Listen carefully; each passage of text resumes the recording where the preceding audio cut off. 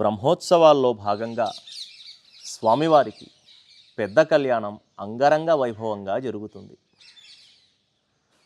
కృతయుగంలో స్వామివారు అనుగ్రహ శాపం చేత భూమిపై జన్మించినటువంటి హిరణ్యకశిపుడు హిరణ్యాక్షులను తిరిగి సంహరించి ఆయన భక్తులైన జయ విజయులుగా మార్చుకునే క్రమంలో స్వామి ప్రహ్లాదుని యొక్క ఆర్తితో కూడిన కోరిక మేరకు స్తంభం నుంచి ఈ అహోబిలంలో ఉద్భవించిన తర్వాత హిరణ్యకశిపుణ్ణి చంపిన తర్వాత నారసింహస్వామి యొక్క ఉగ్రరూపము చూసి ముల్లోకాలు ఆ ఉగ్రాన్ని తట్టుకోలేకపోయాయి.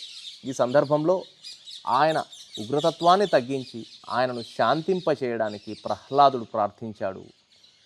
మరియు భవనాశిని నది కూడా గంగా నది అంశగా ఆయనపై పడి శాంతింపజేసే ప్రయత్నము చేసింది. గంధర్వులు కూడా తమ సంగీత విన్యాసాలతో స్వామిని శాంతింపజేయడానికి ప్రయత్నించారు. ఈ శాంతింపజేసే క్రమంలో ఆయనకు కనిపిస్తూ వెళ్ళడం ద్వారా స్వామి కొంత ప్రసన్నమయ్యాడు. చెంచులక్ష్మిని చూసిన స్వామి మనసు ఆమె వైపు ఆకర్షితమయ్యి తన యొక్క ఆగ్రహము తగ్గసాగింది. ఈ సందర్భంలో స్వామి చెంచులక్ష్మి వివాహం చేసుకోవడాన్ని కోరుతాడు. చెంచులక్ష్మి స్వామిని ఒక నిబంధన పెట్టింది. ఇక్కడ విశ్వాసం ఏమిటంటే స్వామి చెంచులక్ష్మి వివాహం చేసుకోవాలి అంటే తన చెంచు ప్రజలకు తన కుటుంబ సభ్యులకు స్వామి ఏమి ఇస్తాడు అని చెంచులక్ష్మి స్వామిని అడిగింది. దానికి స్వామి అహోబిలం చుట్టూ ఉన్న గ్రామాలకు తానే స్వయంగా వెళ్ళి పారువాట నిర్వహించి అక్కడ వచ్చే ధాన్యాన్ని తీసుకొని వచ్చి ఈ చెంచు ప్రజలకు నేను ఇస్తాను అని ఆమెకు వాగ్దానం చేశాడు. అందుకే ఇక్కడ పారువాట ఉత్సవం మొదలైందని నమ్ముతారు. ఆ తర్వాత స్వామి యొక్క వివాహం చెంచులక్ష్మితో చెంచు ప్రజలు చేయించారు. ఆ ఆచారాన్ని ఈ అహోబిలంలో బ్రహ్మోత్సవాల సందర్భంలో కళ్యాణోత్సవం రూపంలో పెద్ద కళ్యాణం నిర్వహిస్తారు. ఈ కళ్యాణం పై అహోబిలం దిగువ అహోబిలం రెండు చోట్ల జరుగుతుంది. భక్తులు అత్యంత భక్తి శ్రద్ధలతో ఈ కళ్యాణానికి హాజరవుతారు.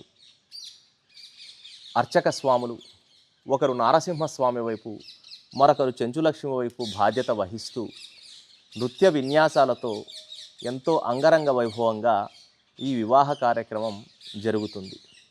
స్థానిక ప్రజలు, వివిధ రాష్ట్రాల్లో ఉన్నటువంటి ప్రజలు, స్థానిక శాసనసభ్యులు సహజంగా ఇక్కడ హాజరయ్యి ఆ యొక్క వివాహ కార్యక్రమాన్ని వీక్షించడం తమకు దొరికిన వరప్రసాదంగా భావిస్తారు. స్వామి కళ్యాణం చూస్తున్న ప్రజల యొక్క కళ్ళల్లో ఆ యొక్క ఆనందాన్ని మనం గమనిస్తే మనకు ఒకటి అర్థమవుతుంది. స్వయంగా మన ఇంటిలో ఉన్నటువంటి పిల్లల వివాహం చేసినప్పుడు ఆ వివాహ సందర్భంలో మన బాధ్యత తీరిందని, మనకొక సంతోషం వచ్చిందని మన కళ్ళల్లో కనిపించే ఆనందానికి 100 రెట్ల ఆనందం ఇక్కడ స్వామి కళ్యాణాన్ని చూస్తున్న భక్తుల్లో మనకు కనిపిస్తూ ఉంది. అంటే దాని అర్థం కుటుంబ సభ్యుల కంటే కూడా ఆ స్వామిని ఎంతగా ఆరాధిస్తున్నారో అనే భక్తి కనిపిస్తుంది.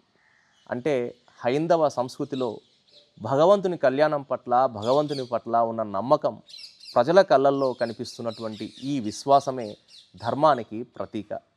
భక్తుల్లో ఇంత విశ్వాసము ఉంది కాబట్టే ఇప్పటికీ ఈ సమాజంలో ధర్మం ఇంకా కొనసాగడానికి భగవంతుడు మనతో ఉన్నాడనేది మనకు అర్థమవుతూ ఉన్నది.